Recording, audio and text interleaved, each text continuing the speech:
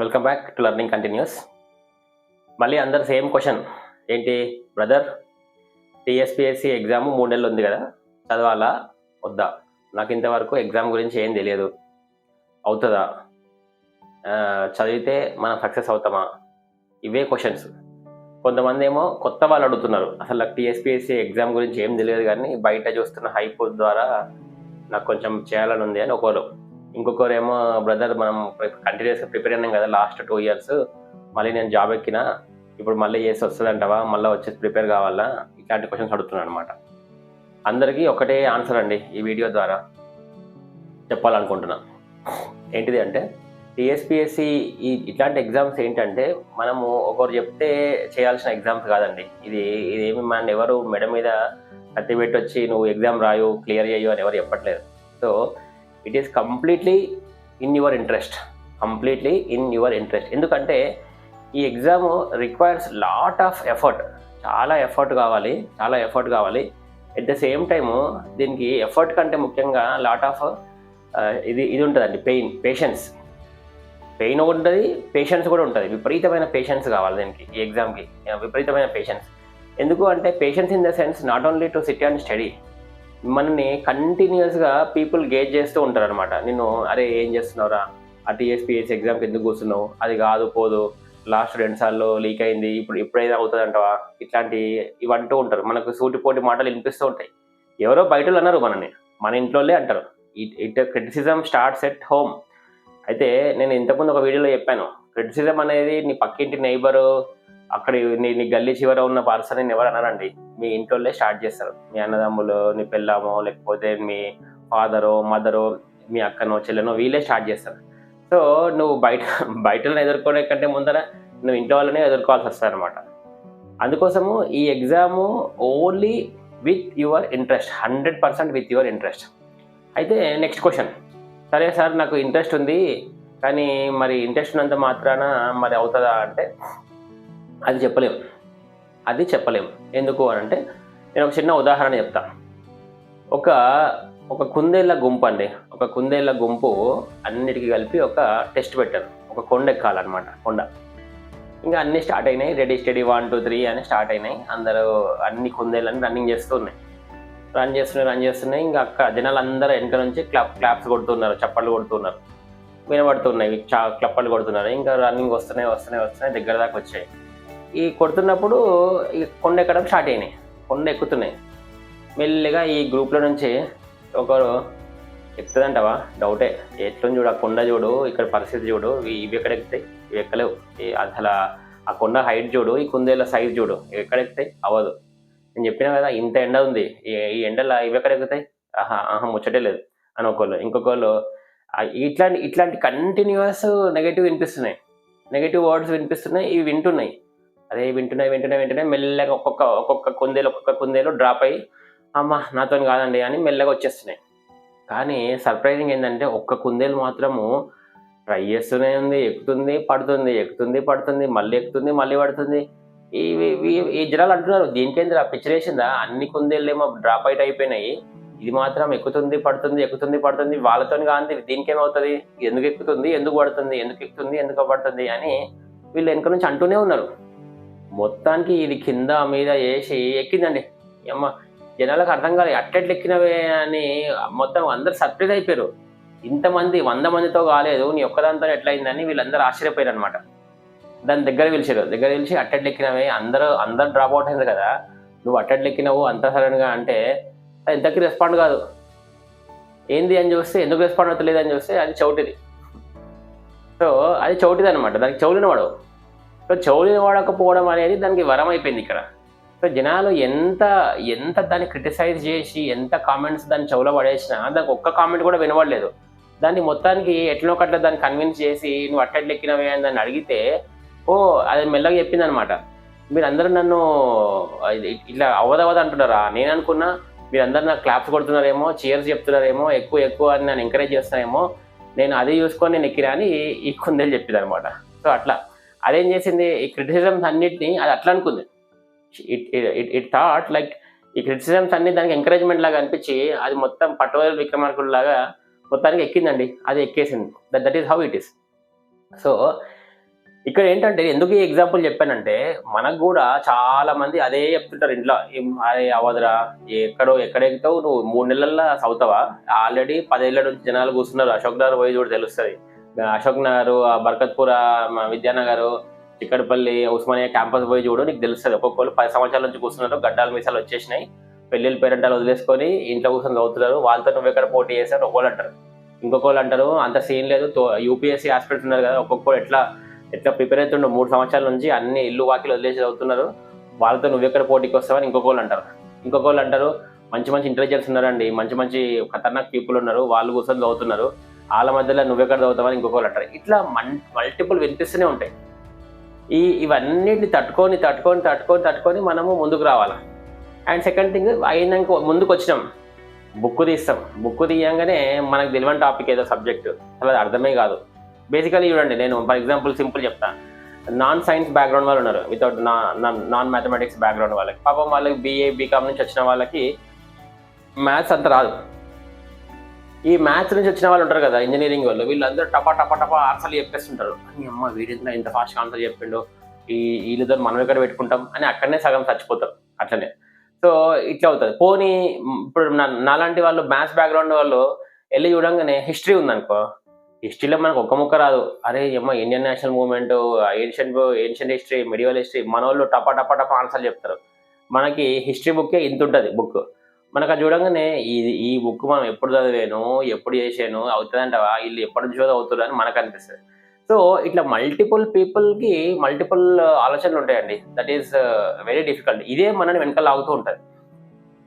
అయితే దీనికి ఎట్లుండాలంటే, మన అప్రోచ్ ఎట్లుండాలంటే, ఇప్పుడు మనము ఒక పరిగెడుతున్నాం అనుకుందాం, for example if you are running in a track, మనం ట్రాక్లో పరిగెత్తున్నప్పుడు, అయితే నేను ఎట్లాంటి ట్రాక్ అని చెప్తున్నా అంటే, నార్మల్గా మనం రన్నింగ్ చేస్తున్నప్పుడు మన పక్క వాళ్ళు కనబడతారు, ఈ ట్రాక్లో ఎవరు పరిగెడుతున్నాడు, ఆ ట్రాక్లో ఎవరు పరిగెడుతున్నాడు మనకు తెలుస్తుంటుంది. కానీ నేనేమంటా అంటే, మన ట్రాక్లో ఇమాజిన్, మన ట్రాక్లో ఒక పెద్ద పెద్ద వాల్స్ ఉన్నాయి, మనకు ఎవడు కనబడాడు, వాడు కనబడు, వీడు కనబడు, నీకు నువ్వే పోటీ.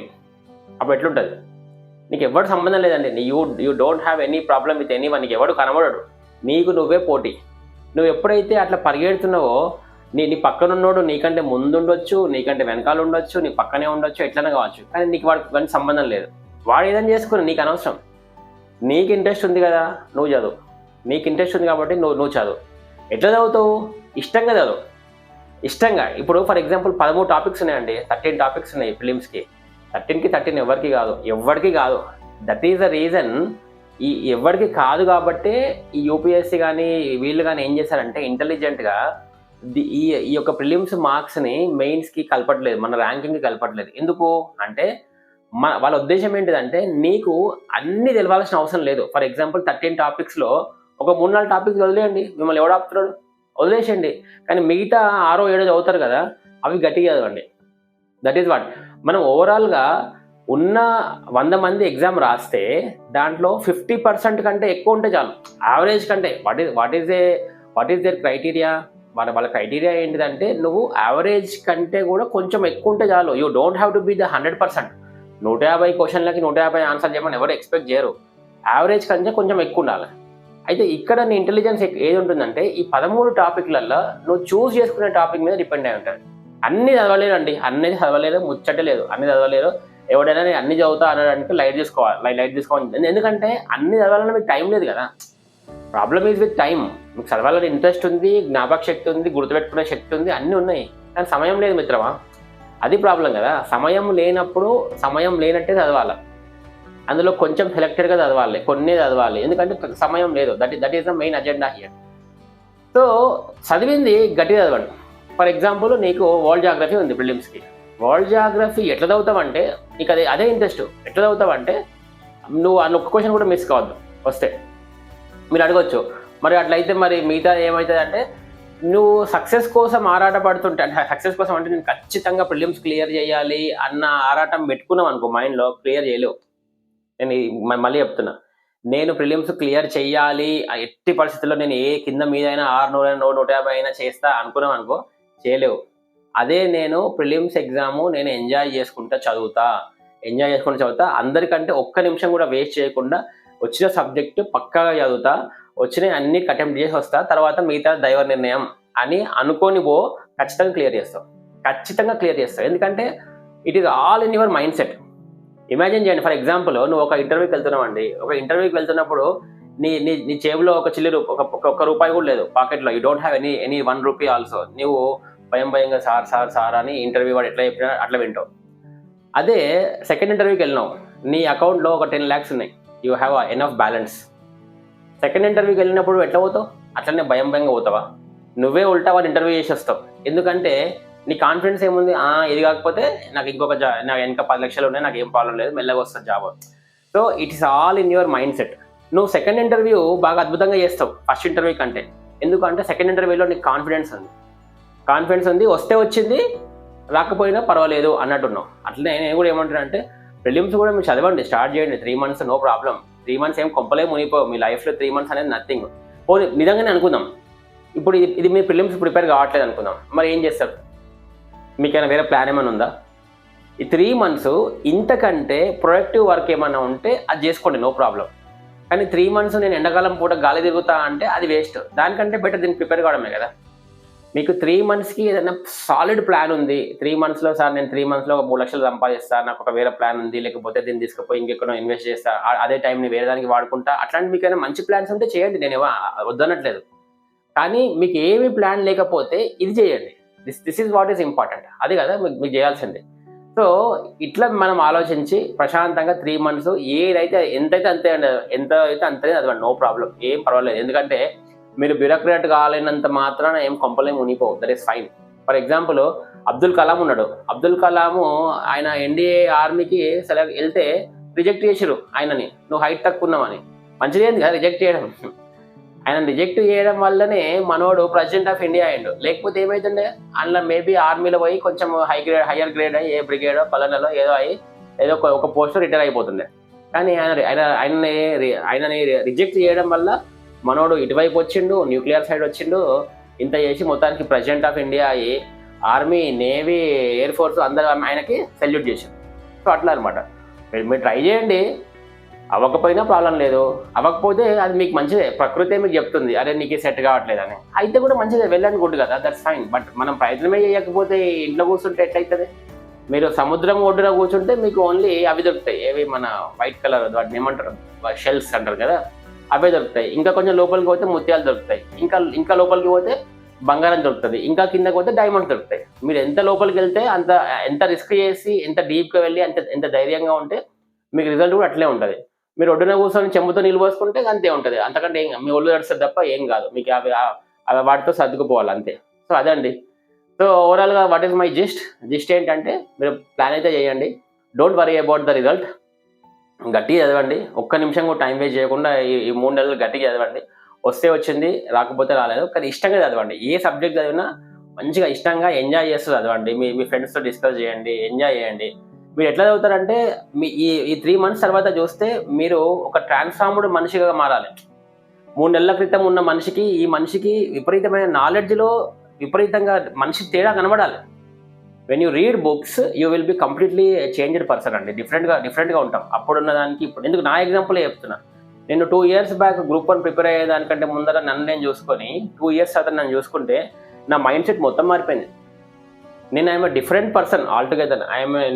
స్వయంగా నేనే ఒప్పుకుంటున్నా, ఐఎమ్ డిఫరెంట్ పర్సన్ ఆల్టుగెదర్. నాకు ముందు ఉన్న భావాలు, భయాలు అన్నీ పోయినాయి. అంటే నేను మొత్తం మారిపోయినా అని చెప్పాలి, ఒక విధంగా చెప్పాలంటే. అట్లా అనిపించింది అనమాట. ఈ ఎగ్జామ్స్, ఈ యూపీఎస్సీ కానీ పిఎస్సీ కానీ ఎగ్జామ్స్ కానీ ఇవి మనిషిని చేంజ్ చేస్తాయండి, కంప్లీట్గా చేంజ్ చేస్తాయి. ఎంత చేంజ్ చేస్తాయి అంటే, నువ్వు ఇక్కడ సక్సెస్ అవ్వకపోవచ్చు, కానీ ఈ యొక్క సబ్జెక్ట్ యొక్క ప్రభావము నీ లైఫ్ లాంగ్ ఉంటుంది. నీ లైఫ్ లాంగ్ నీ తర్వాత నువ్వు నీ పిల్లల్ని పెంచే విధానము, నీ పేరెంటింగ్, నీ మొత్తం కంప్లీట్గా నీ లైఫ్ లాంగ్ ఇది కంటిన్యూ అవుతుంది అనమాట. That knowledge will help you in all different ways, అట్లా అనమాట. So thank you very much for watching my video. Aditya Bomma signing off. My YouTube channel is Learning Continuous. Comment చేయండి మీకు ఏమైనా points నచ్చితే, లేదంటే మనం ఇంకా ఏమైనా కొత్త పాయింట్స్ చెప్పాలనుకుంటే నాకు just let me know. Will grow together.